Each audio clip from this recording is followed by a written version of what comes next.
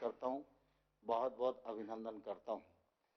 देश भर में पंचायतें अनेक प्रकार के नवाचार कर रही हैं, सेवा के काम कर रही हैं, विकास के नए आयामों को छू रही हैं। यह प्रोत्साहन और बढ़े, इसलिए केंद्र सरकार प्रतिवर्ष पंडित दीनदयाल उपाध्याय पंचायत सशक्तिकरण पुरस्कार, नानाजी देशमुख राष्ट्रीय गौरव ग्राम सभा पुरस्कार, बाल हितैषी पुरस्कार, जीपीडीपी पुरस्कार और ई पंचायत पुरस्कार देने का काम करती है। आज भी विभाग की वेबसाइट पर अनेक पुरस्कार घोषित किए जा रहे हैं और आप सब लोगों को वो प्राप्त होंगे। मैं इस अवसर पर पुरस्कार प्राप्त करने वाले सभी विजेताओं को अपनी ओर से बहुत बहुत बधाई देता हूं। आप सब जानते हैं कि जब से माननीय प्रधानमंत्री जी ने देश का कामकाज संभाला है, तब से लगातार गांव, गरीब और किसान उनकी प्राथमिकता पर रहे हैं।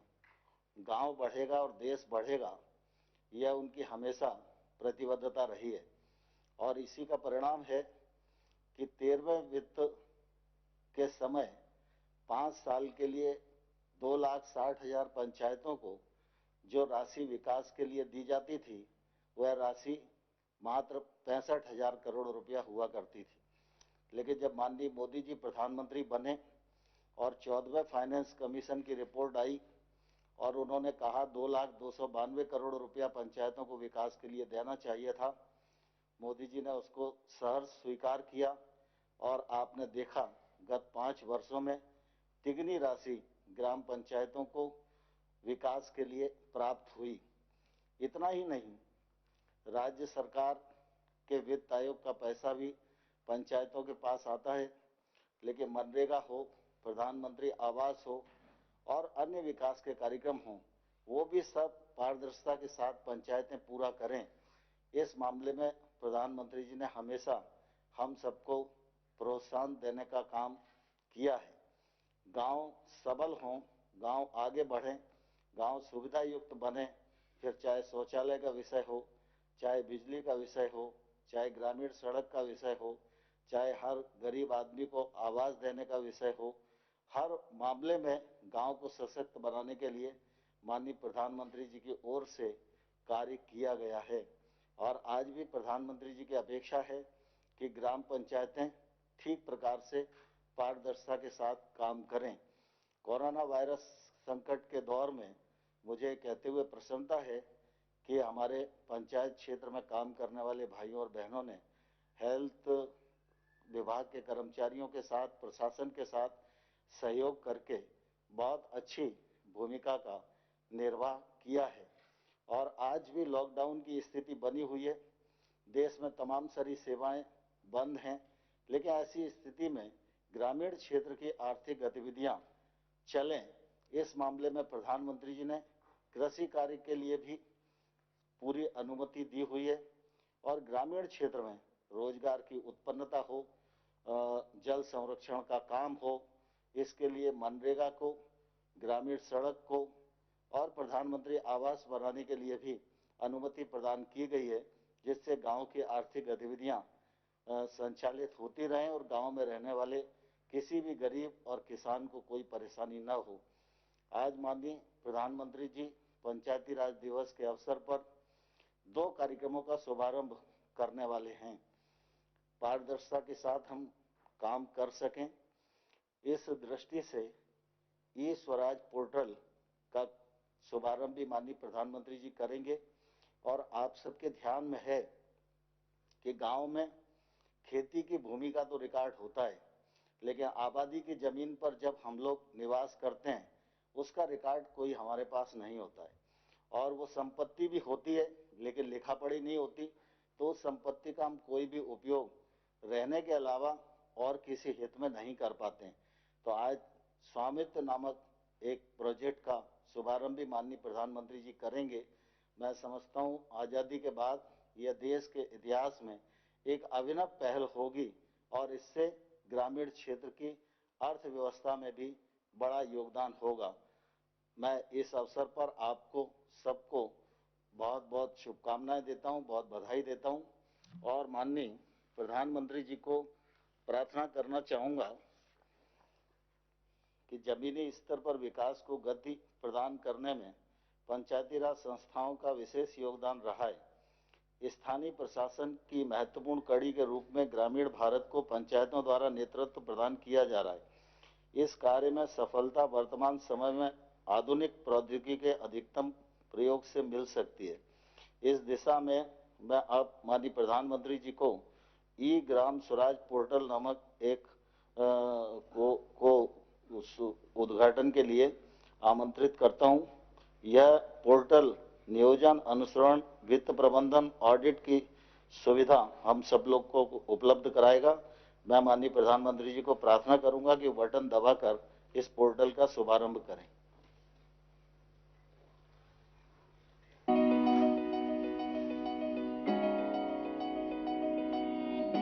डिजिटल भारत के निर्माण हेतु सरकार ने कई कदम उठाए हैं, जैसे डिजिटल भुगतान का विस्तार, पोस्टल पेमेंट बैंक, सामान्य सेवा केंद्रों का विस्तार। इसी श्रृंखला में ग्रामीण भारत में पंचायती राज मंत्रालय की यह कड़ी पंचायतों के परिवर्तन हेतु है। ई ग्राम स्वराज एप्लीकेशन पंचायतों के संचालन के लिए उपयोगी एकीकृत टूल है, जिससे पंचायतों में किए गए कार्यों की प्रभावी निगरानी सरलता से की जा सकती है। इस एप्लीकेशन से न केवल पंचायतों की गतिविधियों की रिपोर्टिंग में सुधार होगा, बल्कि योजना की व्यापकता बढ़ेगी। ई ग्राम स्वराज एप्लीकेशन से किसी भी ग्राम पंचायत की पूरी जानकारी एक ही स्थान पर मिल जाएगी, जैसे सरपंच, पंचों और पंचायत सचिव का विवरण, वित्त विवरण, परिसंपत्ति का विवरण, ग्राम पंचायत विकास योजना GPDP में की गई गतिविधियाँ, जनगणना 2011, मिशन अंत्योदय, सर्वेक्षण रिपोर्ट आदि। E Gram Swaraj application work based accounting पर केंद्रित है। इसके द्वारा GPDP में प्रस्तावित प्रत्येक गतिविधियों में किए गए हर व्यय का विवरण उपलब्ध है। योजनाओं के विश्लेषण के लिए ब्लॉक और जिला स्तर के प्रतिनिधियों के पास उत्कृष्ट जानकारी सुलभ होगी। ई ग्राम स्वराज में डेटा एंट्री की संख्या को तर्क संगत बनाया गया है। इसमें उपयोगकर्ता के लिए यूजर फ्रेंडली इंटरफेस और सरल नेविगेशन भी है। ई ग्राम स्वराज पंचायतों में की गई नियमित डेटा एंट्री के आधार पर गतिविधियों की वास्तविक समय पर निगरानी और कार्यान्वयन की स्थिति को दर्शाता है। ई ग्राम स्वराज एप्लीकेशन के PFMS के साथ जुड़े होने के कारण सार्वजनिक व्यय की निगरानी भी वास्तविक समय के आधार पर की जा सकती है। पंचायत की जानकारी को सुविधाजनक और शीघ्र उपलब्ध करने के लिए उपयोगकर्ता नागरिक गूगल प्ले स्टोर से ई ग्राम स्वराज मोबाइल ऐप भी डाउनलोड कर सकते हैं। अब यह जानकारी आपकी उंगलियों पर होगी। मोबाइल ऐप के माध्यम से चयनित पंचायत के सदस्यों की जानकारी, पंचायत की गतिविधियां, गतिविधि का नाम, योजना का नाम और राशि, चुने गए वित्तीय वर्ष के लिए आमदनी और खर्च संबंधी जानकारी मिल जाएगी। ई ग्राम स्वराज एप्लीकेशन के माध्यम से पंचायती राज संस्थाओं के कार्यकलापों, गतिविधियों, योजना निर्माण, बजट आवंटन, योजनाओं की निगरानी इत्यादि की जा सकती है। सूचना तकनीक का प्रभावी उपयोग करना ही इस प्रणाली का उद्देश्य है। सशक्त पंचायतों से ही होगा सशक्त भारत का निर्माण। ई ग्राम स्वराज एप्लीकेशन देश की पंचायतों को समर्पित है। प्रधानमंत्री नरेंद्र मोदी द्वारा ई ग्राम स्वराज एप्लीकेशन शुरू किया जा रहा है। बहुत धन्यवाद माननीय प्रधानमंत्री जी। राज्य सरकारों तथा भारतीय सर्वेक्षण विभाग के सहयोग से पंचायती राज मंत्रालय ने ड्रोन आधारित नवीनतम सर्वेक्षण तकनीक का प्रयोग करते हुए स्वामित्व नामक नई केंद्रीय योजना की शुरुआत की है। आज हम सबका सौभाग्य है कि इसका शुभारंभ करने के लिए माननीय प्रधानमंत्री जी यहाँ उपस्थित हैं। मैं उनसे प्रार्थना करूंगा कि बटन दबाकर स्वामित्व नामक योजना का शुभारंभ करें।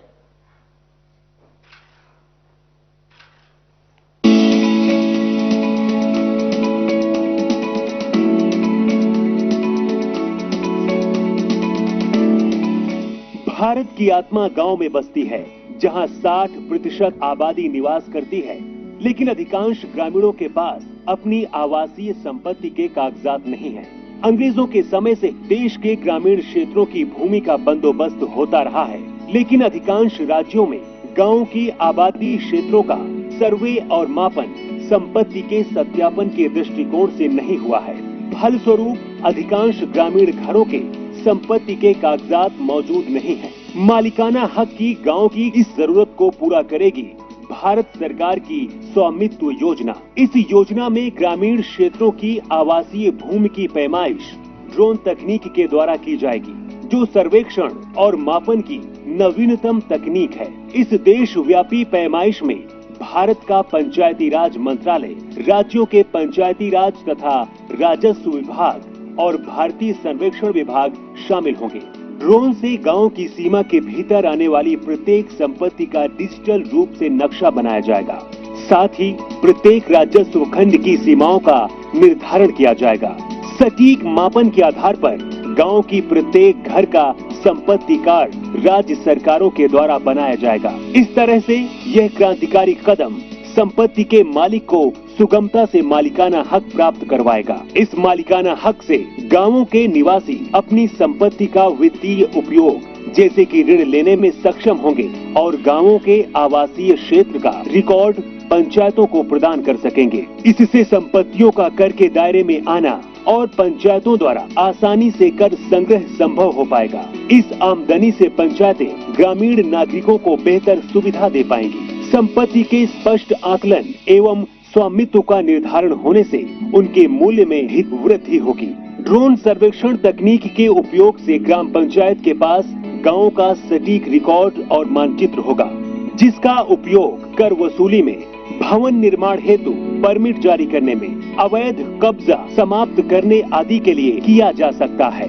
हमारा देश बदलते समय के साथ कदम से कदम मिलाकर उन्नत तकनीक का भरपूर उपयोग करते हुए विकास के मार्ग पर लगातार आगे बढ़ रहा है। सशक्त पंचायतों से ही सशक्त भारत का निर्माण होगा। प्रधानमंत्री नरेंद्र मोदी द्वारा स्वामित्व योजना का शुभारंभ किया जा रहा है। बहुत बहुत धन्यवाद माननीय प्रधानमंत्री जी। आपने ये ग्राम स्वराज पोर्टल और स्वामित्व नामक दोनों परियोजनाओं का शुभारंभ किया। मैं मंत्रालय की ओर से और पंचायती राज संस्थाओं की ओर से आपका हृदय से धन्यवाद करता हूं।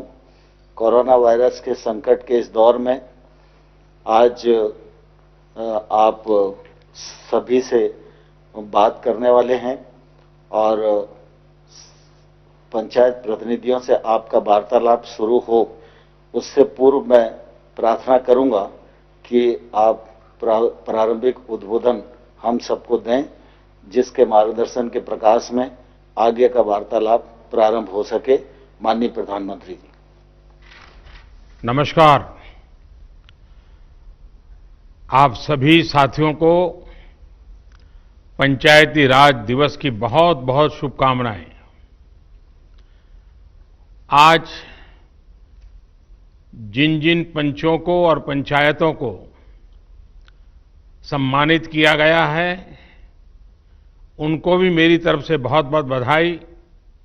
और देश भर की पंचायतों से मेरा आग्रह है कि आप वेबसाइट पर जाकर के जिनका सम्मान हुआ है, जिनको अवार्ड मिला है, उसकी जानकारी जरूर प्राप्त करें।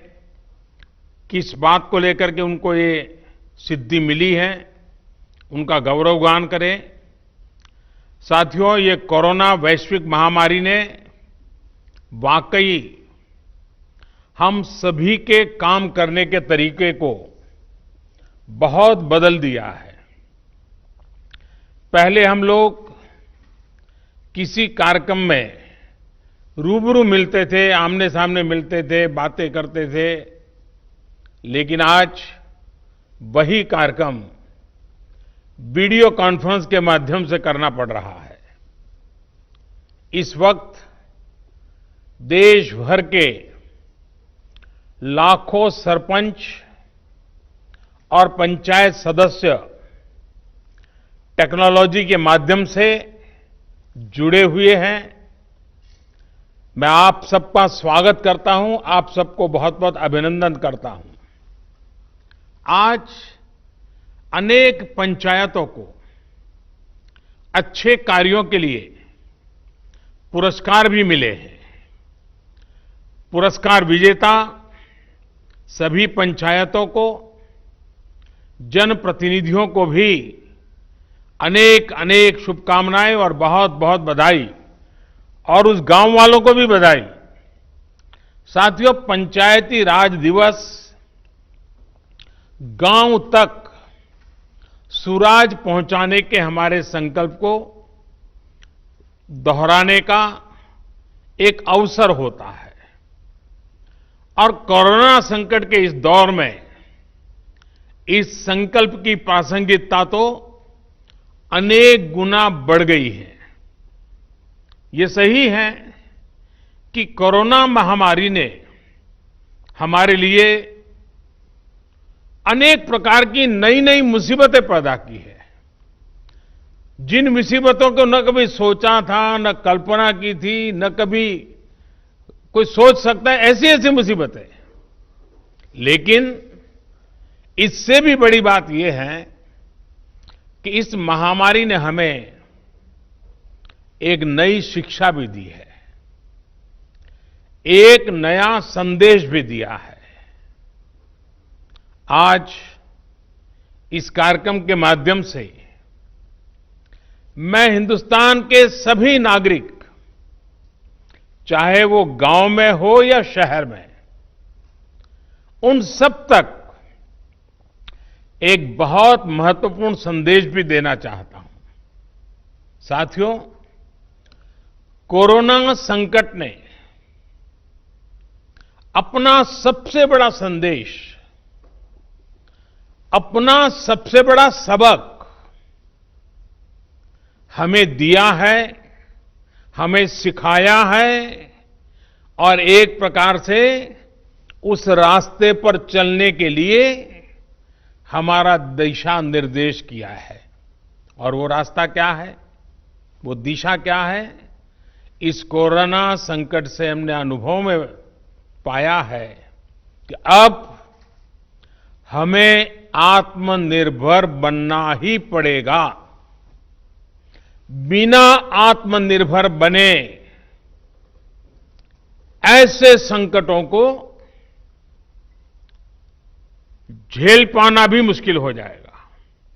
गांव अपने स्तर पर अपनी मूलभूत आवश्यकताओं के लिए आत्मनिर्भर बने, जिला अपने स्तर पर, राज्य अपने स्तर पर, और इसी तरह हमारा ये पूरा हिंदुस्तान कैसे आत्मनिर्भर बने, अपनी आवश्यकताओं की पूर्ति के लिए हमें कभी भी बाहर का मुंह नहीं देखना पड़े, ये तय करने का ये सबक हमें सीखा है।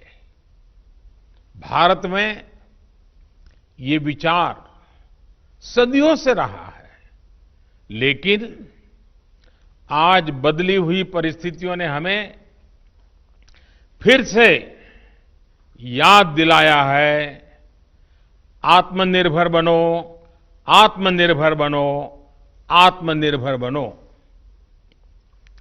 हमारे देश की ग्राम पंचायतों की इसमें बहुत बड़ी भूमिका है।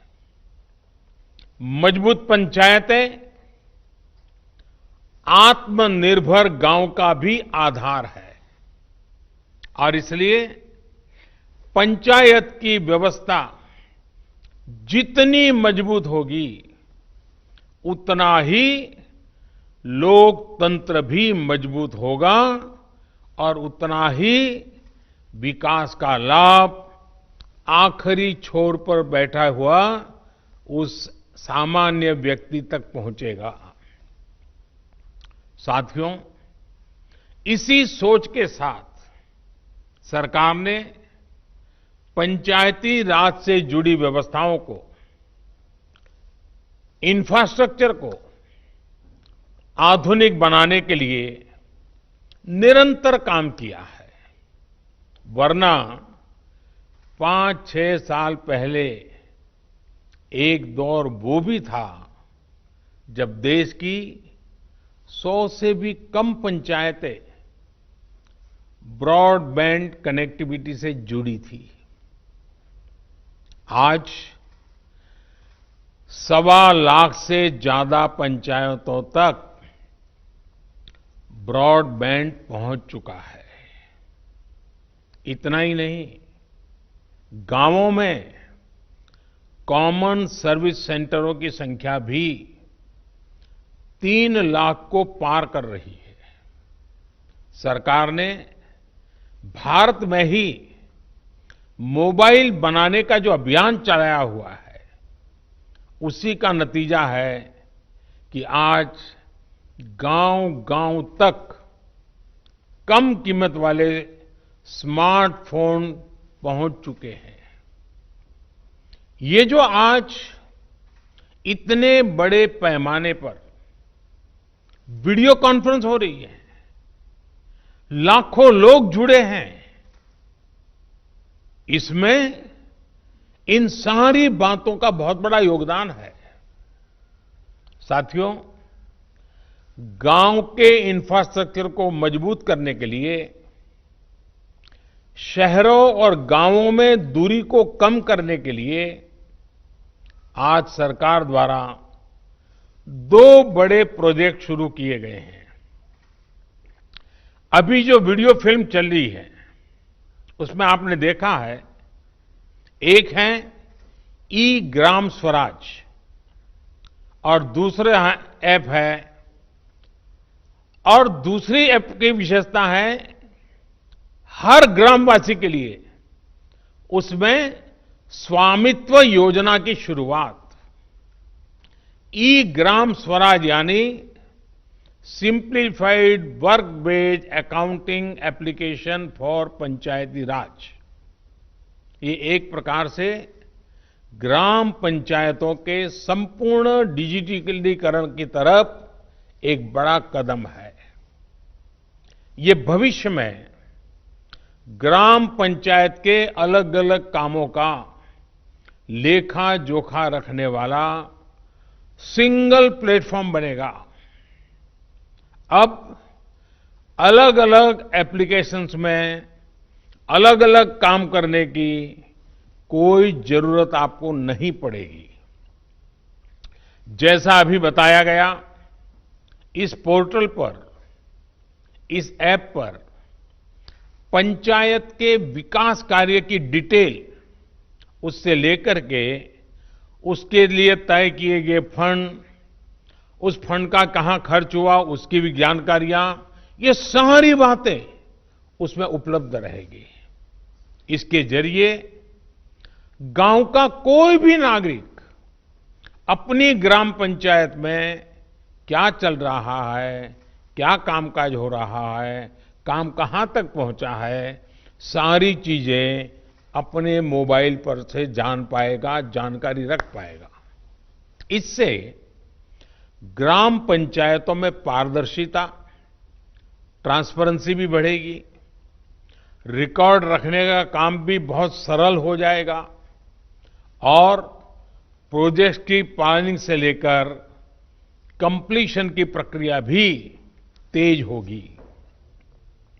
आप कल्पना कर सकते हैं, ई ग्राम स्वराज के माध्यम से आप सभी को कितनी बड़ी शक्ति मिलने जा रही है।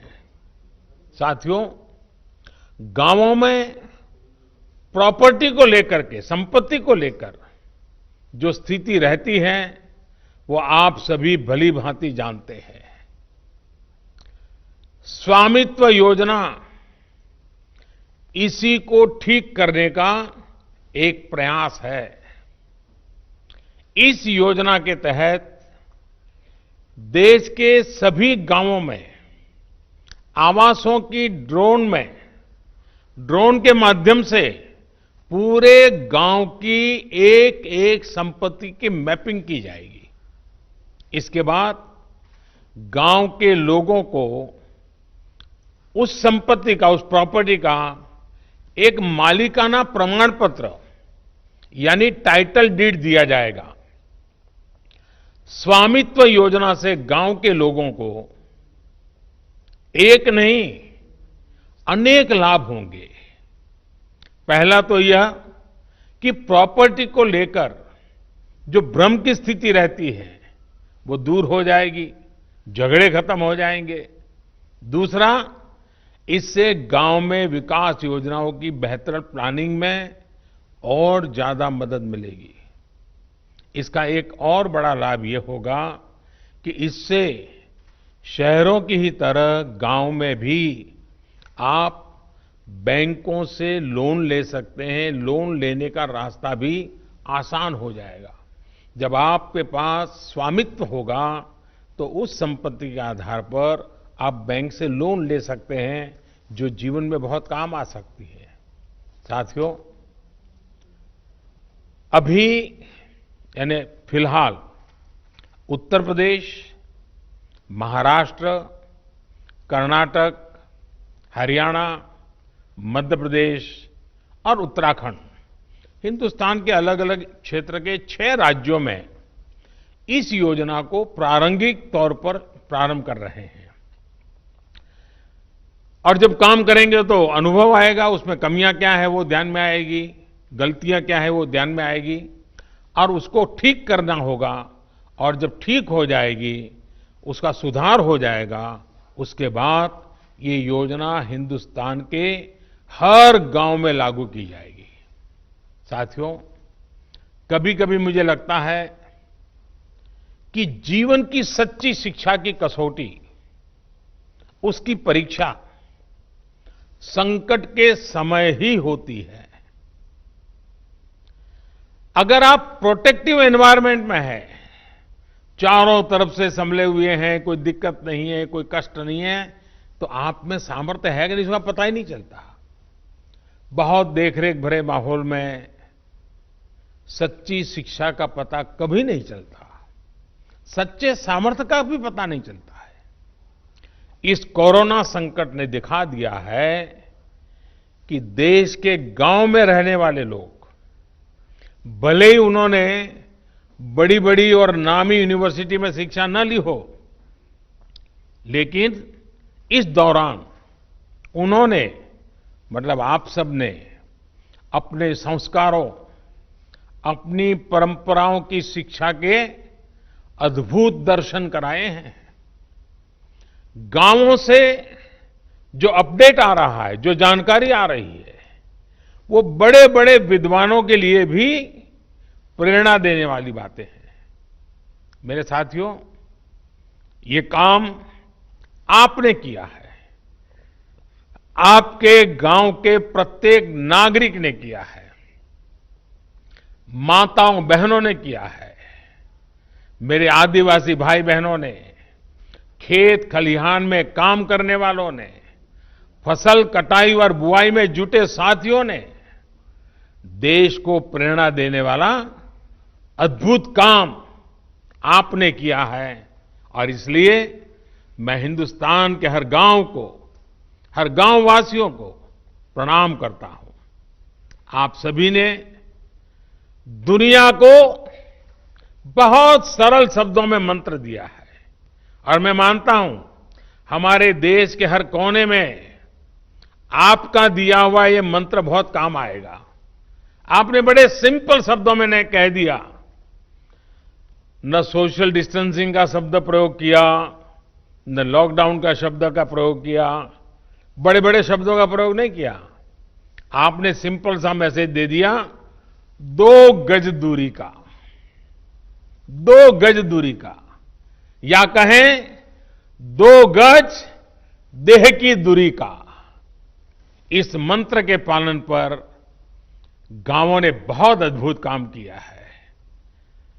2 गज दूरी यानी सोशल डिस्टेंसिंग बनाकर रखने से आप कोरोना वायरस को भी खुद से दूर रख रहे हैं, किसी संभवित संक्रमण से खुद को बचा रहे हैं। और ये आपके ही प्रयास है कि आज दुनिया में चर्चा हो रही है कि कोरोना को भारत ने किस तरह जवाब दिया है। साथियों, इतना बड़ा संकट आया, इतनी बड़ी वैश्विक महामारी आई, लेकिन इन 2-3 महीनों में हमने ये भी देखा है कि भारत का नागरिक सीमित संसाधनों के बीच अनेक कठिनाइयों के सामने झुकने के बजाय उससे टकरा रहा है, लोहा ले रहा है।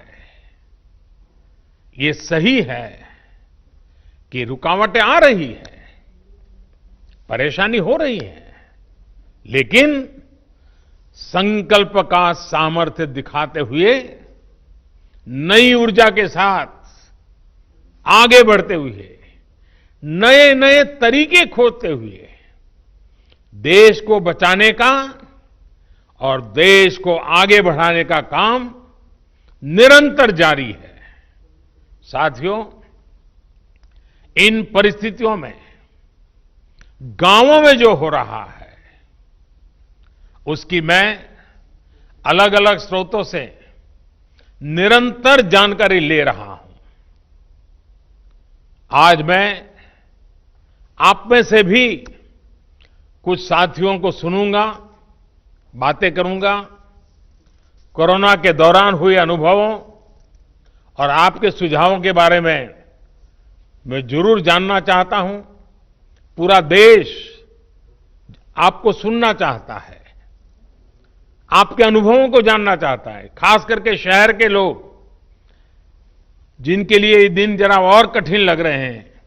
गांव वालों ने रास्ता दिखाया है कि इस कठिनाइयों में भी कैसे उमंग और उत्साह के साथ जिया जाता है।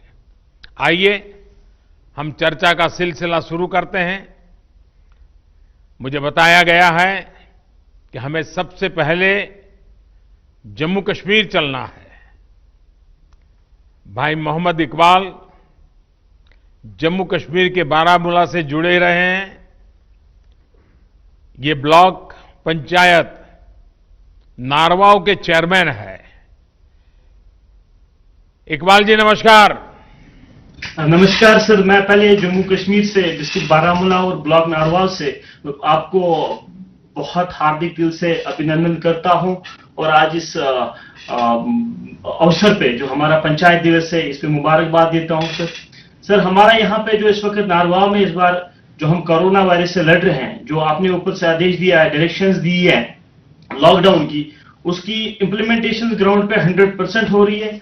उसके लिए हमने तैयारियां पहले से कर रखी थी। जब आपने पहला एक दिन का लॉकडाउन किया था तो उस दिन हमने ब्लॉक लेवल जो हमारा ब्लॉक मेडिकल ऑफिसर है, हमारा आईसीडीएस है और पंचायत से हमने एक ऑर्डर निकाल दिया बीडीसी ऑफिस से।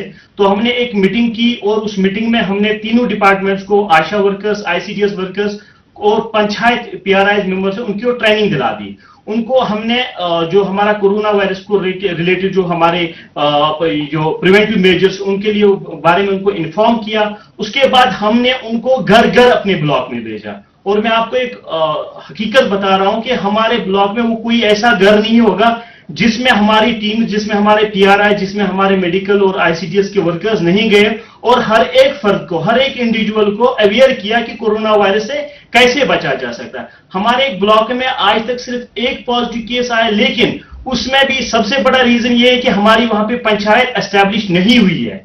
रीजन ये था कि हमारे वहां पे पंचायत मेंबर्स नहीं थे और वो केस हम ट्रेस आउट नहीं कर पाए। लेकिन जितने भी बाकी गांव हैं, जितने भी बाकी ब्लॉक्स है, डिस्ट्रिक्ट एडमिनिस्ट्रेशन की मदद से, हेल्थ डिपार्टमेंट की मदद से हमने हर एक फर्द को, हर एक इंसान को ट्रैवल हिस्ट्री जिसकी थी उसको आइडेंटिफाई किया, उनको क्वारंटाइन किया, उनको होम क्वारंटाइन किया और पीआरआई को वहां पे ड्यूटी लगा दी। 24/7 वहां पे ड्यूटी लगाई कि ताकि उनका जो होम क्वारंटाइन है वो सक्सेसफुल हो जाए। हमारे ऊपर से जो हमारे डिस्ट्रिक्ट एडमिनिस्ट्रेशन की डायरेक्शन कैटेगरिकली थी कि आपको चाहे किसी हद तक सख्ती करनी पड़े, लेकिन क्वारंटाइन जो लॉकडाउन है उसको ग्राउंड पे सक्सेसफुल करना है। हमारे पंचायत राज इंस्टीट्यूशन के जितने भी मेंबर्स हैं, हमारे डिस्ट्रिक्ट एडमिनिस्ट्रेशन की डायरेक्शन उन्होंने दी थी कि आपको ये एक्चुअली इन रियल सेंस जो लॉकडाउन सक्सेसफुल करना है वो पीआरआईएस को करना है। तो उन्होंने रोस्टर बना के वॉलंटियर्स के साथ रोड पे रह के लॉकडाउन को सक्सेसफुल किया। दो संदेश दिए लोगों को, दो नारे दिए, रेस्पेक्ट ऑल, सस्पेक्ट ऑल, पहला नारा था। दूसरा हमारा नारा ये था कि sir stay home stay safe. और जब लोग इन दो नारों पे चले, आज अल्हम्दुलिल्लाह हमारे ब्लॉक में 99% सिचुएशन अंडर कंट्रोल है sir. Thank you very much sir. आपने बातें बताई, उससे लगता है कि आप खुद फील्ड में डटे रहते हो, खुद गांव-गांव जाते हो। उसी का नतीजा है कि आप इतनी बड़ी आसानी से चीज को समझ पाए हो और आपने ह्यूमन रिसोर्स डेवलपमेंट हो, नियमों का पालन हो, बहुत बढ़िया ढंग से किया है। मुझे विश्वास है कि 2 गज की दूरी, इस मंत्र को आप गांव-गांव, घर-घर और पूरे जम्मू कश्मीर को भी आपसे सीखना चाहिए। मैं आपको बधाई देता हूं, बहुत उत्तम काम किया है और आपके ब्लॉक के सभी नागरिकों को भी मेरी तरफ से मैं बहुत बहुत बधाई देता हूं। और रमजान का महीना है तो आपने जो मेहनत की है उसके कारण रमजान का उत्सव भी, त्योहार बहुत अच्छे ढंग से नागरिक मना पाएंगे। तो आपने सचमुच में बहुत बड़ी सेवा की है। आइए, जम्मू कश्मीर के बाद हम सीधे साउथ चलते हैं, कर्नाटक चलते हैं। कर्नाटक के चिक्काबल्लापुर से हमारे साथ श्री नवीन कुमार जी जुड़ रहे हैं। देश के प्रधान सेवक आपको वारदसल्ली ग्राम पंचायत के सेवक से नमस्कार। कि आजकल मुझे गांव के प्रधान से भी बात करने का सौभाग्य मिलता है और दुनिया के बड़े बड़े देश के बड़े बड़े प्रधानों से भी बात करने का मौका मिल जाता है। Thank you. ಹೋಮ್ ಕ್ವಾರಂಟೈನ್ ನಲ್ಲಿರುವ 14 ಮಂದಿ ಕಾರ್ಯಪಡೆ ಸದಸ್ಯರಿಂದ ಮನೆಯ ಬಾಗಿಲಲ್ಲಿ ಹಾಲು, ತರಕಾರಿ ಮತ್ತು ವೈದ್ಯಕೀಯ ಸೌಲಭ್ಯ ನೀಡಿ ಅವರು ಹೊರಗಡೆ ಬರದಂತೆ ನಿಗಾ ವಹಿಸಲಾಗುತ್ತಿದೆ। हमारे ग्राम पंचायत में कोई कोरोना पीड़ित व्यक्ति नहीं है, पर 14 लोगों को हमने होम क्वारंटाइन में रखा हुआ है। इनको पंचायत के द्वारा ही पानी, दूध, सब्जी, राशन आदि की व्यवस्था घर पे ही कर रहे हैं। ಹೌದು, ಆಶಾ ಅಂಗನವಾಡಿ ಕಾರ್ಯಕರ್ತೆ, ಆರೋಗ್ಯ ಇಲಾಖೆ ಸಿಬ್ಬಂದಿ, ಗ್ರಾಮ ಪಂಚಾಯಿತಿ ಸದಸ್ಯರು, ಸಿಬ್ಬಂದಿ ಮತ್ತು ಸ್ವಯಂ ಸೇವಕರುಗಳಂತೆ ಕಾರ್ಯಪಡೆಯನ್ನು ರಚಿಸಲಾಗಿದ್ದು ವಾರದಲ್ಲಿ 2 ಬಾರಿ ಸಭೆ ಸೇರಿ ಕೊರೋನಾ ನಿಯಂತ್ರಣ ಬಗ್ಗೆ ಮಾಹಿತಿಯನ್ನು ಪಡೆಯಲಾಗುತ್ತಿತ್ತು। आशा, एएनएम, आंगनवाड़ी कार्यकर्ती, स्वास्थ्य विभाग के अधिकारियों और ग्राम पंचायत के सारे सदस्यों और स्टाफ का एक टास्क फोर्स रचा गया है। हर हफ्ते में 2 बार बैठक बुलाकर कोरोना कैसे रोकें और इसके अड़ी क्या क्या कोशिश कर सकते हैं इसके बारे में चर्चा चलती है। आईसी, सोशल डिस्टेंसिंग और सैनिटेशन के काम अच्छे से चल रहे हैं। ಪ್ರಧಾನಮಂತ್ರಿ ಗರೀಬ್ ಕಲ್ಯಾಣ್ ಯೋಜನೆಯಡಿಯಲ್ಲಿ 2301, ಪ್ರಧಾನಮಂತ್ರಿ ಕಿಸಾನ್ ಸನ್ಮಾನ್ ಯೋಜನೆಯಡಿಯಲ್ಲಿ 1480, ಉಜ್ವಲ್ ಯೋಜನೆಯಡಿಯಲ್ಲಿ 739, ವಿವಿಧ ಪಿಂಚಣಿ ಯೋಜನೆಯಲ್ಲಿ 506 ಸೇರಿದಂತೆ ಒಟ್ಟು 5026 ಫಲಾನುಭವಿಗಳಿಗೆ ಅನುಕೂಲ ಮಾಡಲಾಗಿದೆ। ये 4 योजने जो प्रधानमंत्री गरीब कल्याण योजना, प्रधानमंत्री किसान सम्मान योजना, उज्जवल योजना और विविध तरह के पेंशन योजना के तहत 5000 से ज्यादा लाभार्थियों को लाभ हुआ है। ವಿನೂತನ ಕಾರ್ಯಗಳು, ಗ್ರಾಮ ಪೊಲೀಸ್ ಮೂಲಕ ಆಂಧ್ರ ಗಾಡಿ ಭಾಗದಲ್ಲಿ ಚೆಕ್ ಪೋಸ್ಟ್ ಗಳನ್ನು ನಿರ್ಮಿಸಿ ಜನರು ಓಡಾಡದಂತೆ ತಡೆಯಲಾಗುತ್ತಿದೆ। यहाँ के युवकों को प्रेरित करके ग्राम पुलिस रची हुई है। पंचायत की सीमा में चेक पोस्ट लगा के इस चौकी में ये सब ग्राम पुलिस काम कर रहे हैं। इससे लोगों का अनावश्यक संचार करना रोक डाला हुआ है। इससे कोरोना का एक राज्य से दूसरे राज्य तक पहुंचने को नहीं दे रहे हैं। ಗ್ರಾಮ ಪಡೆಯ ಮೂಲಕ ವೈಯಕ್ತಿಕ ಮತ್ತು ಸಮುದಾಯ ಸ್ವಚ್ಛತೆಯ ಬಗ್ಗೆ ಅರಿವು ಮೂಡಿಸಲಾಗಿದೆ।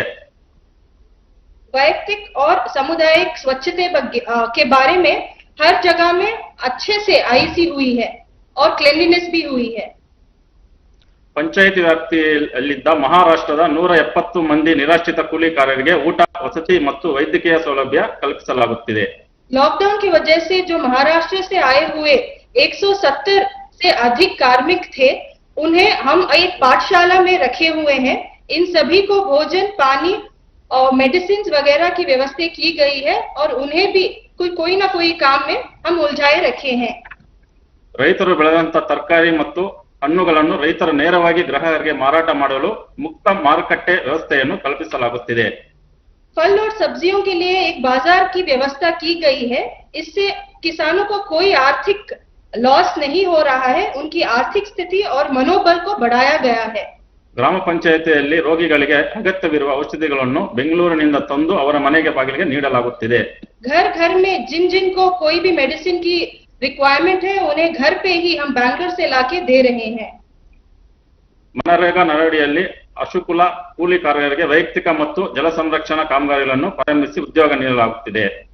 महात्मा गांधी राष्ट्रीय ग्रामीण उद्योग खातरी योजना के तहत पंचायत के श्रमिकों और किसानों को वैयक्तिक कामगारी और जल संरक्षण की कार्यकारी में हम भाग लेने का अवसर कर रहे हैं. इससे ग्राम पंचायत में भी उन लोगों का मनोबल बढ़ा रहा है. नवीन जी, आपके गांव की जनसंख्या कितनी है? 8500 सर. यानी बड़ा गांव है. आप कितने साल से सरपंच हैं? First time sir. First time बने हैं, लेकिन आप बहुत First time. अद्भुत काम कर रहे हैं और बड़े सिस्टमेटिक कर रहे हैं, प्लानिंग से कर रहे हैं. लेकिन गांव वाले आपकी बात मानते हैं? Yes sir. मानते हैं. चलिए, मेरी तरफ से आपको और आपके गांव वासियों को इतना उत्तम काम करने के लिए और सारी योजनाओं को लोगों तक पहुंचाने के लिए, आर्थिक प्रवृत्ति भी उतनी बढ़िया ढंग से चलाने के लिए मैं सचमुच में आपके नेतृत्व को, आपकी इस प्रकार के विजन को और गांव की ताकत कैसी होती है इसका दर्शन कराने के लिए मैं आप सबको बधाई देता हूं. आइए हम बिहार चलते हैं.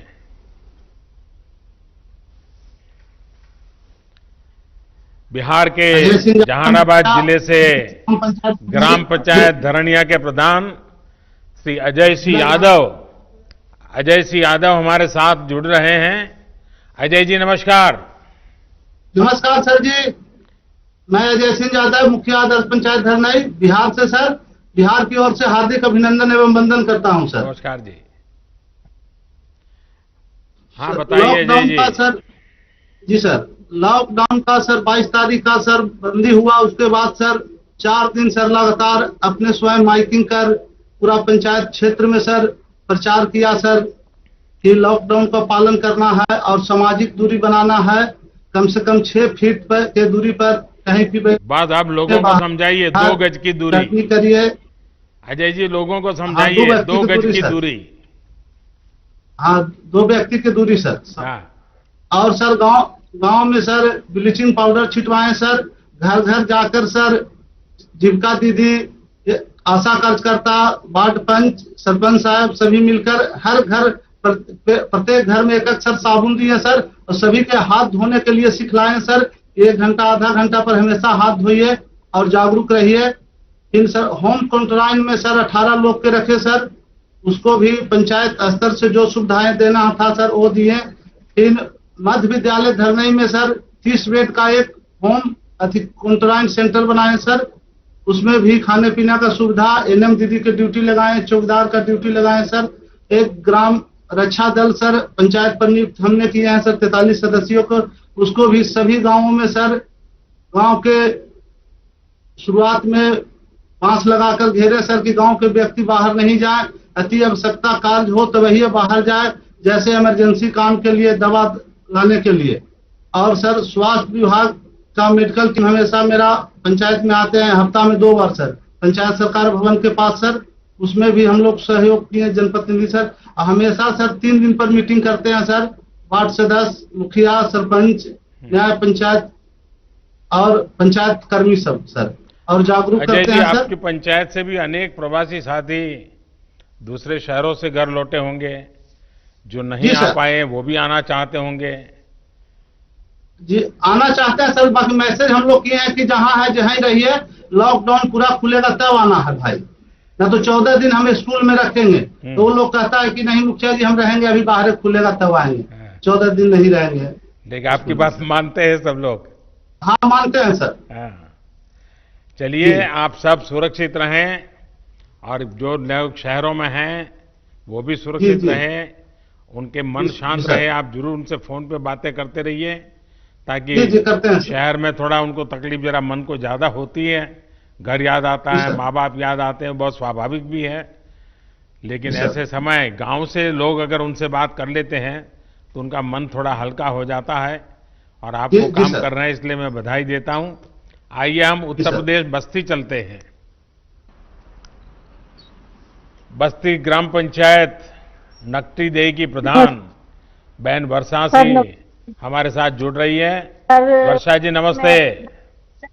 नमस्ते सर, मैं अपने ग्राम पंचायत वासियों की तरफ से आपको नमस्ते करती हूँ और पंचायती राज दिवस की हार्दिक शुभकामनाएं देती हूँ। बस्ती में लॉकडाउन का पालन ठीक से हो रहा है? सर, मेरे गांव में पूर्णतः लॉकडाउन का पालन हो रहा है और मैंने आशा बहन, आंगनबाड़ी बहन और एनएम बहन के माध्यम से लोगों को घर घर जाके जागरूक करवा रही हूँ कि लॉकडाउन का पालन करें, सोशल डिस्टेंसिंग का पालन करें और घर में रहें। आप कितने समय से प्रधान है? सर, मैं फर्स्ट टाइम प्रधान नहीं हूँ, इसके पहले भी मैं प्रधान थी, बीच में सीट बैकवर्ड होने के नाते कोई दूसरा था। अच्छा, जो केंद्र सरकार की योजनाएं जो बनाई है, पीएम गरीब कल्याण योजना वगैरह, पीएम किसान सम्मान निधि, ये सब पहुंच रही है, तो वहाँ कैसे कर रही हैं आप लोग?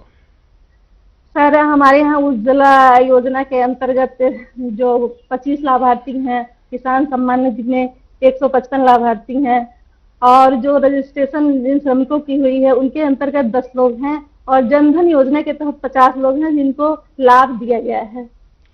लोगों का अनुभव कैसा है? संतोष के साथ है सबको? सर, बहुत ही संतुष्ट हैं लोग। आपके लॉकडाउन का निर्देशों का बहुत अच्छी तरह से पालन कर रहे हैं और लोग अपने आप को बहुत सुरक्षित महसूस कर रहे हैं। ये उन लोगों का सोच है कि हम घर में ही सुरक्षित हैं, क्योंकि ये कोरोना वायरस एक ऐसी बीमारी है जिसका कोई अभी तक सटीक इलाज नहीं है। बस इसकी यही इलाज है कि हम घर में रहें, सुरक्षित रहें, सामाजिक दूरी 2 गज की दूरी पे रहें, घर में ही सोशल डिस्टेंसिंग का पालन करें। देखिए, कोरोना वायरस बड़ा विचित्र वायरस है, लेकिन उसकी एक विशेषता भी है, वो अपने आप किसी के घर नहीं जाता है। नहीं सर, अपने आप कहीं नहीं जाता है। अगर आप उसको बुलाने जाएंगे, अगर आप उसको लेने जाएंगे, तो फिर वो आपके साथ घर में घुस जाएगा, फिर वो घर में किसी को छोड़ता नहीं है। और इसलिए 2 गज की दूरी, ये मंत्र गूंजते रहना चाहिए। 2 गज की दूरी रख करके ही बात करेंगे, 2 गज की दूरी रख करके ही खड़े रहेंगे, 2 गज की दूरी हमेशा बनाए रखेंगे।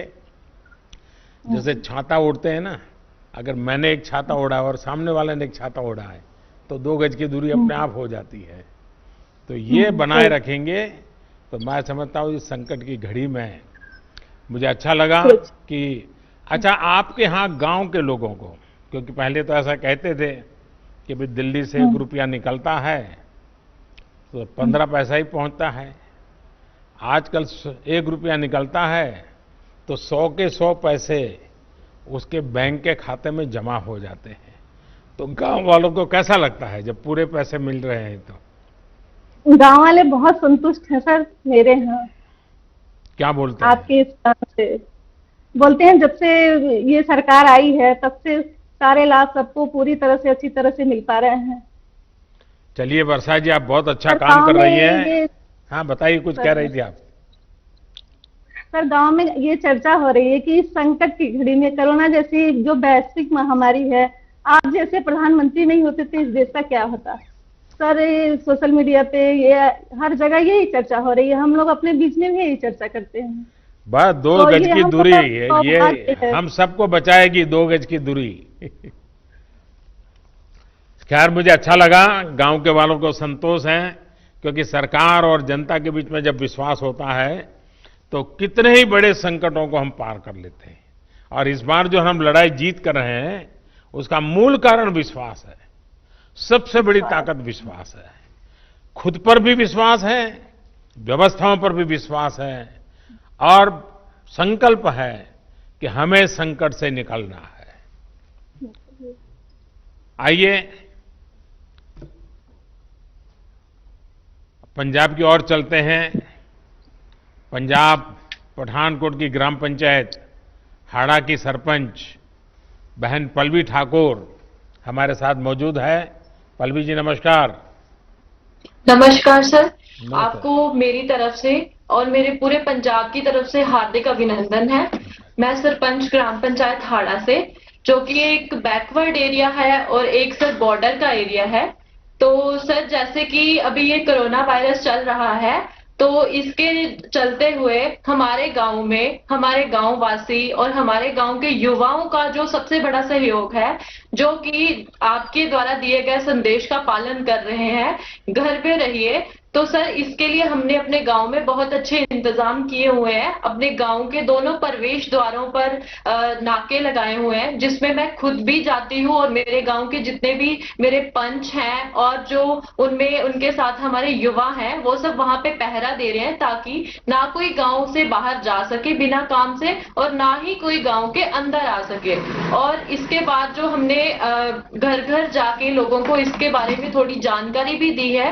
वैसे तो सर जो 22 को लॉकडाउन स्टार्ट हुआ था, हमारी जो पंजाब गवर्नमेंट की तरफ से उसी दिन जो 31 तक जो लॉकडाउन अनाउंस कर दिया गया था, काफी लोग हैं जो उसी टाइम इस चीज की पालना कर रहे थे कि लॉकडाउन है तो अपने अपने घर पे रहिए। और हमारे द्वारा, मेरी पूरी पंचायत के द्वारा जो है लोगों को समझाया गया है अपने घर पर रहिए और अपने अपने घर में भी अगर आप बैठते हैं दूरी बना के बैठिए, टाइम टू टाइम अपने हाथ धोइए और हाथ मुंह आंखें जो है इनको बार बार आप छुए ना। तो सर जैसे कि अभी हमारे पंजाब में अभी फसलों की कटान का सीजन चल रहा है, तो सबसे ज्यादा हमें आवश्यकता जो है इस चीज पे देखनी है। जैसे कि अभी कटान चल रही है, तो पंजाब सरकार की तरफ से जो है कुछ विशेष नियम जो है पालन उनको मतलब बताया गया है लोगों को कि आपको ये नियम जो है इनकी पालना करनी है। जैसे कि कटान के समय में आपको 2-2 मीटर की दूरी पे बैठना है अगर आप जब कटान करते हैं, और बार बार हाथ धोने हैं। उसमें भी सर उसके कुछ विशेष और भी प्रबंध किए गए हैं, जैसे कि फसलें आती हैं उनको मंडी में कैसे ले जाना है। सर ये सारे प्रबंध जो हैं, जैसे 4 और 5 गांव की मिला के एक मंडी बनाई गई है, जहां पे क्या होगा, हम जो किसान हैं वो पहले होलोग्राम पर्ची लेंगे, उसके बाद ही वो मंडी में जा सकते हैं। अगर उनको होलोग्राम पर्ची उनके पास होगी तभी वो मंडी में जाएंगे। और उनको ये भी हमने बताया है कि आपको जो है ट्रैक्टर पे सिर्फ जो है 50 क्विंटल कनक जो एक बार मंडी में आप ले जा सकते हैं, और ट्रैक्टर पे सिर्फ एक ड्राइवर और उनके साथ एक सहयोगी होगा, वो भी आपस में जो है सामाजिक दूरी का विशेष ध्यान रखें। पल्लवी जी, आपने इतना बढ़िया ढंग से बता दिया। मैं सबसे पहले तो आपको अभिनंदन करता हूं कि आपने इतने बढ़िया तरीके से इन सारे संकट में समय अपने गांव को संभाला है, और गांव वाले आपकी बात मानते हैं। आपकी बात सही है, किसान का स्वस्थ रहना बहुत जरूरी है, क्योंकि वो हमारा अन्नदाता है और निस्वार्थ भावना से पूरे देश का पेट पालता है। ये किसान और पशुपालक साथी हैं जिन्होंने पूरे लॉकडाउन के कारण देश को जरूरी अनाज, सब्जी, दूध, फल इसकी कमी नहीं होने दी है। मैं उनके इस हौसले की भूरी भूरी प्रशंसा करता हूं। हाँ, तारीफ के साथ ही मेरी आप सभी से एक प्रार्थना भी है, क्या पंजाब हो, हरियाणा हो, देश का किसान, और पल्लवी जी मुझे लगता है कि पठानकोट हो, गुरदासपुर हो, जैसे ड्रग्स के खिलाफ मैंने देखा है कि पठानकोट और गुरदासपुर की बहनें, जब मैं वहाँ संगठन का काम करता था तो मेरा कई गांव की माताओं बहनों से संपर्क रहता था। वो हमेशा मुझे कहती थी कि हमारे नौजवानों को ये ड्रग्स वगैरह से बचाइए, बहुत चिंता करते थे। जैसे वो एक काम है, वैसे हमारी इस धरती माता को बचाना, हमारे किसानों के उज्जवल भविष्य के लिए, हमारे देश के नागरिकों के उत्तम स्वास्थ्य के लिए, हमारी आने वाली पीढ़ियां कमजोर पैदा ना हो, इसलिए भी हमें गांव-गांव किसानों को समझाना होगा कि यूरिया का उपयोग कम करें। यूरिया के कारण बहुत बड़े संकट आ रहे हैं। यूरिया से हमारी मिट्टी, हमारे जल, उस पर बहुत विपरीत असर होता है। और इसलिए पल्लवी जी, आप जैसे प्रधान गांव वालों को समझाए कि भाई अब गांव में पहले अगर 10 थैली आता था यूरिया तो अब 5 थैली आएगा, पहले 100 थैली आता था तो 50 थैली आएगा, हम आधा कर देंगे। आप देखिए पैसा भी बचेगा और ये हमारी धरती माता भी बचेगी। तो मैं चाहूँगा कि जब पंजाब के किसानों से बात हो रही है और पल्लवी जैसे प्रधान से बात हो रही है, तो मुझे पक्का विश्वास है कि आप ये काम करोगी और मेरी तरफ से आपको बहुत बधाई, बहुत शुभकामनाएं। आइए हम महाराष्ट्र चलते हैं। नमस्कार, महाराष्ट्र के पुणे की मेरी ओर से शत प्रणाम। मेदन करवाड़ी ग्राम पंचायत की प्रधान बहन प्रियंका हमारे साथ है। प्रियंका जी नमस्कार। नमस्कार सर। बताइए प्रियंका जी। हमने कोरोना का जब से आपने 25 तारीख को लॉकडाउन किया, उसके बाद 26 तारीख को ही हमने सोडियम हाइपोक्लोराइड की से पूरा गांव सैनिटाइज किया। उसके बाद हमने सैनिटाइजर टनल 2 जगहों पे जहाँ पे ज्यादा आवाजाही लोगों की रहती है वहां पे सैनिटाइजर टनल बिठाए। उसके बाद हमने जो सैनिटाइजर हर कोई महिला और हर कोई घर में नहीं जा सकता, तो इसीलिए हमने साबुन हर घर में साबुन का डिस्ट्रीब्यूशन किया।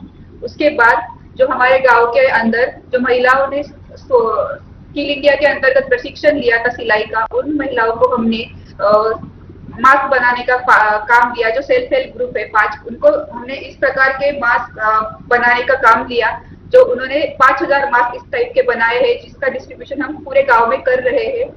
इसके साथ ही हमारे एरिया आता है जो सेमी अर्बन एरिया है, यहाँ पे इंडस्ट्री ज्यादा है, चाकन के पास है, तो हमने जो रात को मॉर्निंग और इवनिंग वॉक को लोग आते हैं, इसके लिए हमने एक टाइम निर्धारित किया, उसके बीच में हमने स्ट्रीट लाइट बंद रखी, तो उसका हमें बहुत फायदा हुआ और सोशल डिस्टेंसिंग रखने के लिए वो एक असरदार उपाय साबित हुआ। इसके साथ ही हमने जो दुकान है उसके सामने एक सर्कल की मार्किंग की, जिसकी वजह से हम सोशल डिस्टेंसिंग रखने में कामयाब हुए। इसके साथ ही जो किराना राशन की दुकान है और सब्जी के हाट है, उसके लिए हमने ऑल्टरनेट डेज पे बिक्री का चालू किया कि 3 दिन राशन की दुकान खुले रहेंगे और 3 दिन सब्जी के दुकान खुले रहेंगे, जिससे लोगों की आवाजाही सीमित करने में हमें बहुत ज्यादा मदद हुई। इसके बाद ही जो हाउसिंग सोसाइटीज है और जो किसान है उनके बीच कोऑर्डिनेशन करके एपीएमसी के द्वारा हमने वॉलंटियर लगा के वो सब्जी वो अनाज लोगों के हाउसिंग सोसाइटीज में पहुंचाने का काम किया, उसकी बिक्री की। इससे किसानों को बहुत फायदा हुआ।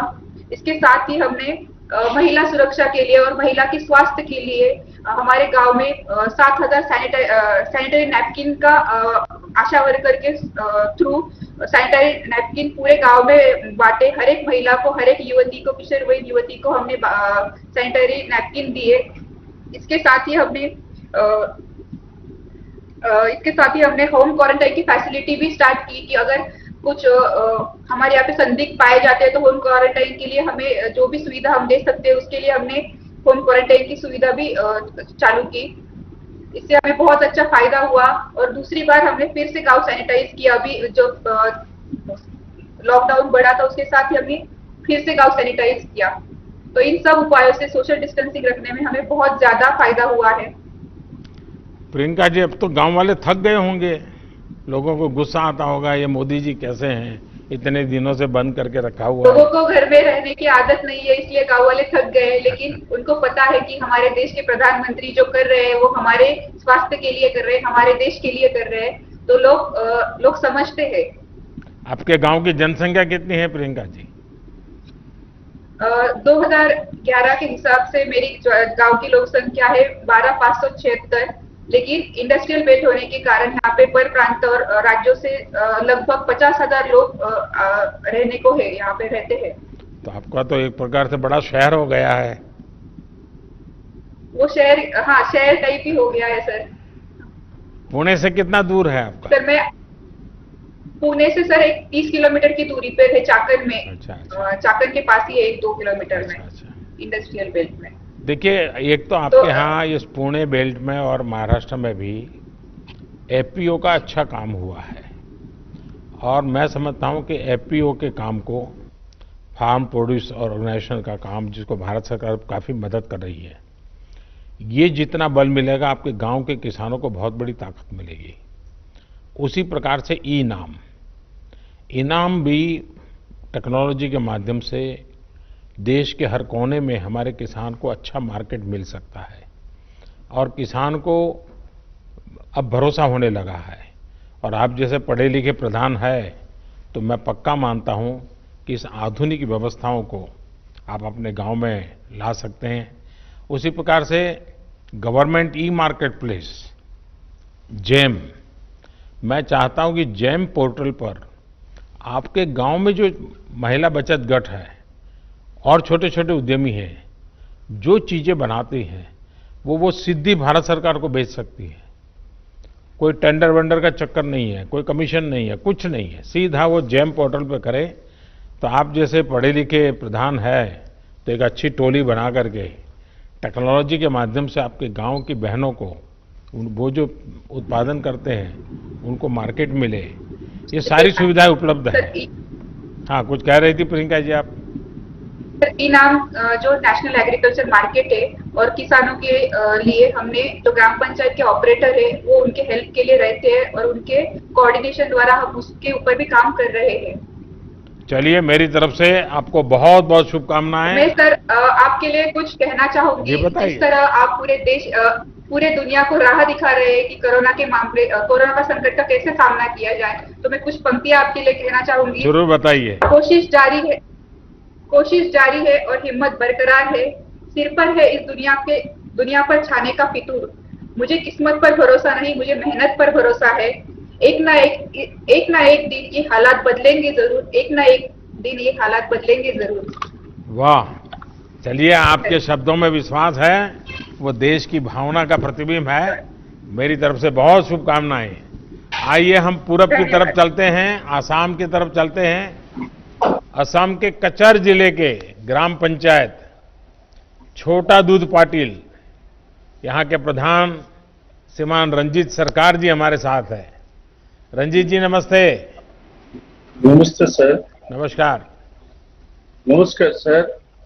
सर, सबसे पहले मैं लॉकडाउन घोषित करने के आपके असम राज्य से सबके साथ में आपका पास मेरा, लेकिन इस बार थोड़े आसाम के लोग नाराज हो गए होंगे क्योंकि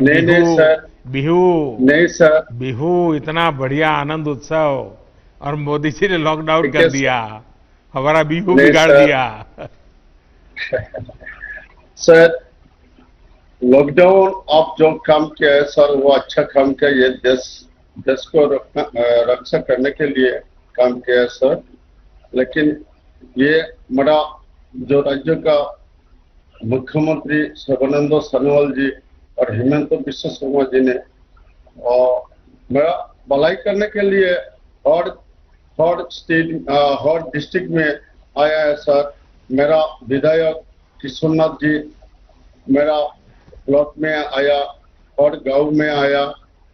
तो हमारा जो गांव पंचायत बॉडी है ना सर, और बॉडी का जितना 10 सदस्य और आंगनबाड़ी सदस्य आशाकर्मी लेके हम लोग सब मिलके एक बैठक किया है। और बैठक में डिपार्टमेंट को सामने में एक डिपार्टमेंट मॉडल हॉस्पिटल है सर, हॉस्पिटल के साथ जो डॉक्टर है ना उसके साथ बातचीत किया कि हमारे जीपी में जितना बूढ़े आदमी और बच्चा लोग सहारा करना पड़ेगा। और फिर हर घर जाके सबको बुलाया, लॉकडाउन मानना पड़ेगा और डिस्टेंसिंग मेंटेन करना पड़ेगा। साबुन से 10-15 मिनट बाद को हाथ धोना पड़ेगा और सब स्वच्छता रहना पड़ेगा। तो इसके लिए सर आपका पहले धन्यवाद। लॉकडाउन का आपका जो देश के लिए भलाई के लिए हम जो काम किया है सर, वो आपको असम तरफ से सर आपको शुक्रिया सर। तो हमारे जो एमएलए सर ब्लॉक के लिए बहुत काम किया है और गांव में जाके रिलीफ दिया है सर। हमारा तनख्वाह 4 महीने का तनख्वाह 86,000 रुपया मिल के मेरा गांव का हर गरीबी को रिलीफ दे दिया सर।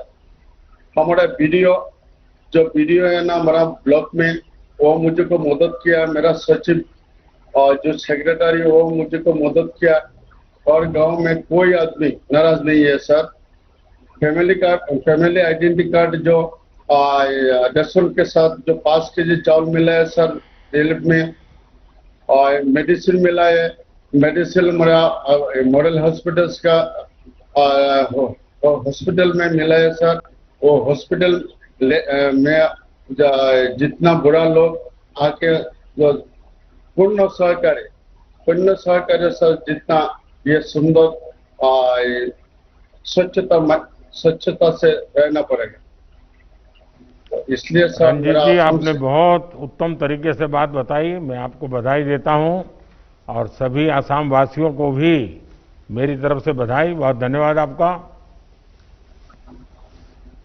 ठीक है सर। साथियों,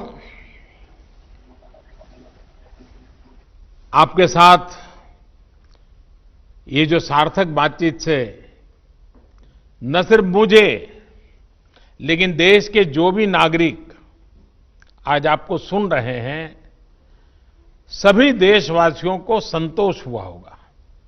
उनके अंदर एक नया विश्वास पैदा हुआ होगा कि दूर सुदूर गांव में हमारे लोगों ने कैसे देश को संभाला हुआ है, देश के उज्जवल भविष्य के लिए कैसे बढ़िया काम कर रहे हैं। और शायद समय ज्यादा होता और मैं सबको सुन पाता, कितना आनंद आता, कितनी नई नई चीजें मिलती।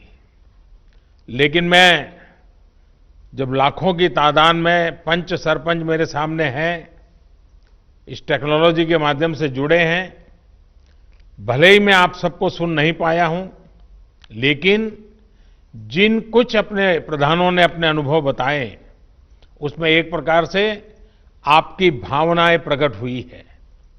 लेकिन उसके बावजूद भी आपने कोई ऐसे विशेष प्रयास किए हो, प्रयोग किए हो, अपने गांव को बचाया हो, अगर मुझे लिख करके भेजेंगे तो मुझे बहुत अच्छा लगेगा।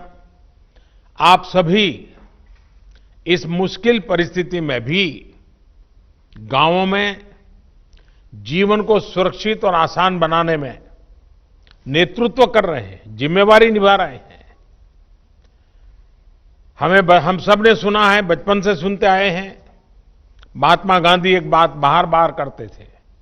महात्मा गांधी कहा करते थे कि मेरे स्वराज की कल्पना का आधार ग्राम स्वराज ही है। इसलिए ग्राम पंचायतें हमारे लोकतंत्र की एकजुट शक्ति का केंद्र है। हमारी लोकतांत्रिक एकजुटता का यही सबसे बड़ा ताकतवर केंद्र है। और हमारे यहां तो शास्त्रों में कहा गया है, संगमूलम महाबलम, अर्थात बड़ी से बड़ी शक्ति का केंद्र संगठन या एकजुटता में ही होता है।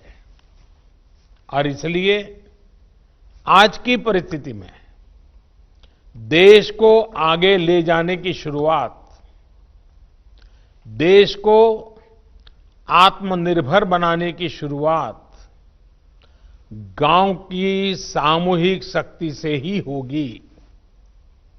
आप सबकी एकजुटता से ही संभव होगी।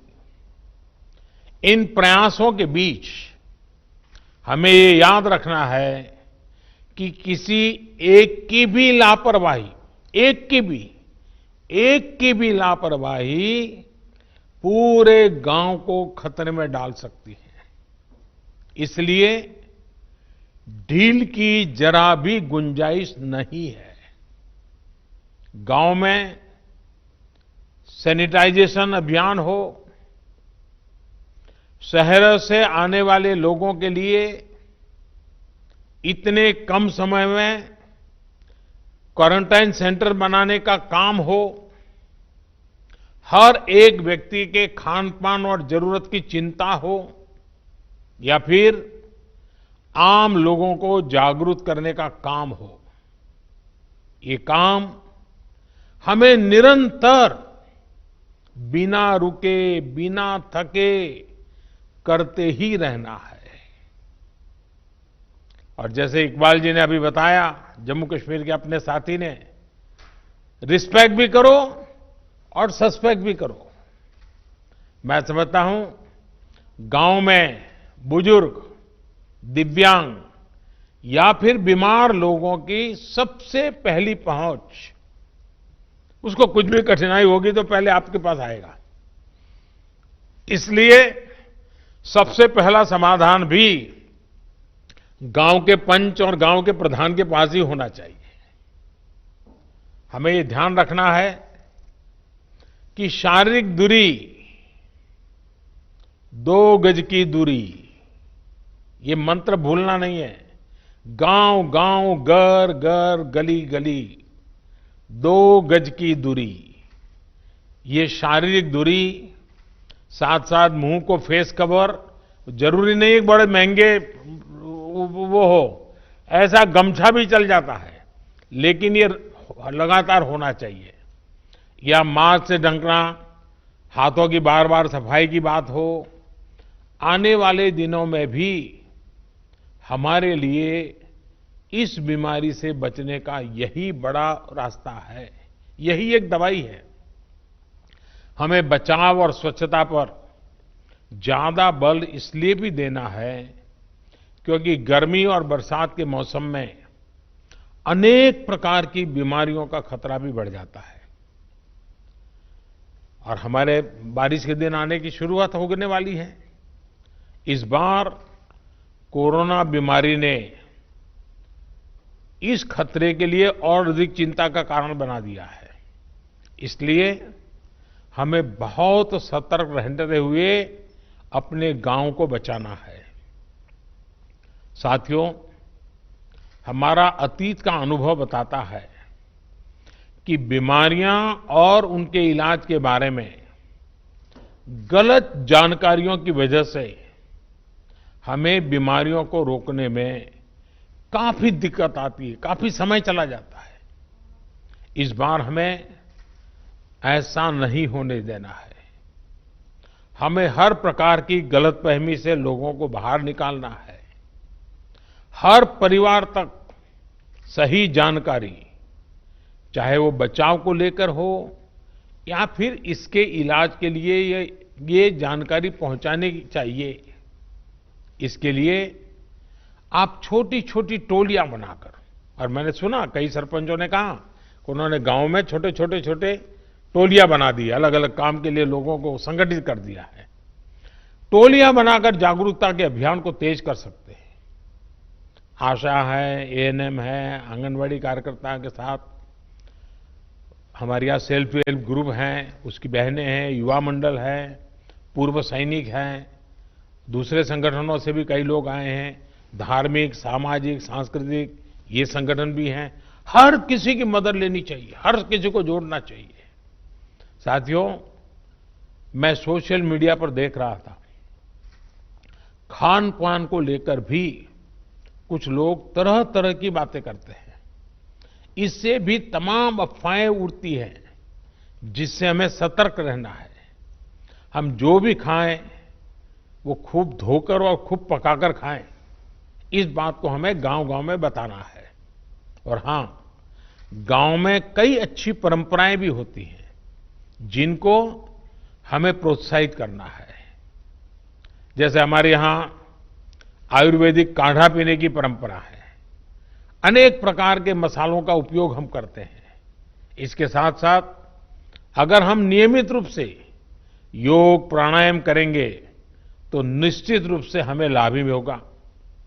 ये किसी बीमारी का इलाज नहीं है, लेकिन ये हमारे शरीर को बीमारी से लड़ने के लिए ताकत देता है, सक्षम बना देता है। आयुष मंत्रालय की तरफ से इससे जुड़ी कुछ गाइडलाइंस भी जारी की गई है और मैं चाहूंगा सारे प्रधान आयुष मंत्रालय की वेबसाइट पर जाएं, उसमें सारी चीजें हैं, अपने गांव में उसका उपयोग करें। एक और बात जिस पर आप सभी को बहुत ध्यान देना है, वो है आरोग्य सेतु मोबाइल ऐप। मैंने अभी एक टीवी के अंदर एक किसी कलाकार का देखा था, उसने इस आरोग्य सेतु मोबाइल ऐप को बॉडीगार्ड कहा है, ये मोबाइल ऐप कोरोना से लड़ाई के लिए बहुत उपयोगी है। ये ऐप आपके मोबाइल में रहेगा तो आपको पता चल जाएगा कि आपके गांव में सामने वाला किसी ऐसे इलाके से तो नहीं आया जो कोरोना प्रभावित रहा हो। आपकी खुद की सुरक्षा के लिए, आपके गांव की सुरक्षा के लिए, आपके आसपास वालों की सुरक्षा के लिए आप अगर ये आरोग्य सेतु ऐप अपने मोबाइल में डाउनलोड करें, पूरे गांव के पास करवाएं, ये लंबे अरसे तक आपका बॉडीगार्ड का काम करेगा। मैं देश के सभी पंचायत प्रतिनिधियों से निवेदन करूंगा कि आप सभी अपने गांव के प्रत्येक सदस्य के मोबाइल फोन में आरोग्य सेतु ऐप को डाउनलोड करवाएं। ये एक प्रकार से हमारी सुरक्षा का सेतु है। साथियों, देश के ग्रामीण क्षेत्रों में रहने वाले भाइयों और बहनों का स्वास्थ्य हमारी सरकार की सबसे बड़ी प्राथमिकताओं में से एक रहा है। आपकी एक एक आवश्यकता को समझते हुए सरकार लगातार काम कर रही है। पहले टीकाकरण को लेकर इतनी दिक्कतें होती थी, हमारी सरकार ने न सिर्फ टीकों की संख्या बढ़ाई बल्कि दूर दराज वाले क्षेत्रों में भी टीकाकरण अभियान को लेकर के गए। पहले गर्भवती महिलाओं और नवजात बच्चों में कुपोषण की बहुत ज्यादा समस्या थी। हमने पीएम मातृ वंदना योजना के माध्यम से सीधे महिलाओं के बैंक खाते में पैसे ट्रांसफर करने शुरू किए ताकि कुपोषण के खिलाफ लड़ने में उसको मदद मिल जाए। पहले शौचालयों की क्या स्थिति थी ये भी आपको पता है। शौचालय न होने से कितनी बीमारियां फैलती थी ये भी आपको पता है। हम बहुत गंभीरता से प्रयास कर रहे हैं कि गांव के गरीब से गरीब को उत्तम स्वास्थ्य सेवा मिले। इसके लिए अनेक प्रयास किए जा रहे हैं। आयुष्मान भारत योजना भी गांव के गरीबों के लिए बहुत बड़ी राहत बनकर उभरी है। इसके तहत अब तक करीब करीब 1 करोड़ गरीब मरीजों को अस्पताल में मुफ्त इलाज मिल चुका है। इस योजना ने ग्रामीण इलाकों में जहां अस्पतालों की कमी है वहां अस्पतालों के निर्माण में भी मदद की है। सरकार द्वारा भी देश भर के गांवों में लगभग 1.5 lakh health and wellness centre बनाने का काम तेजी से चल रहा है। इन सेंटर्स में अनेक गंभीर बीमारियों के टेस्ट की सुविधाएं मुहैया कराई जा रही है। पहले से किया जा रहे इन प्रयासों ने हमारे गांवों को कोरोना के खिलाफ लड़ाई में अहम भूमिका निभाने के लिए तैयार किया है। मुझे विश्वास है कि आप सभी अपनी सामूहिक कोशिशों से, अपनी एकजुटता से, अपनी संकल्प शक्ति से कोरोना को जरूर परास्त करेंगे। इसी विश्वास के साथ एक बार फिर आप सभी साथियों को पंचायत राज की इस महत्वपूर्ण पंचायत राज दिवस की शुभकामनाएं देता हूं। आपके परिवारजनों के, आपके गांव के नागरिकों के बेहतर स्वास्थ्य की कामना करता हूं। और फिर से एक बार आपने समय निकाला, आपके अपनी बहुत सारी बातें मुझे बताई, बहुत कुछ नई जानकारियां मिली, आपके आत्मविश्वास को मैंने अनुभव किया। मैं फिर एक बार आप सबका बहुत बहुत धन्यवाद करता हूं। नमस्कार।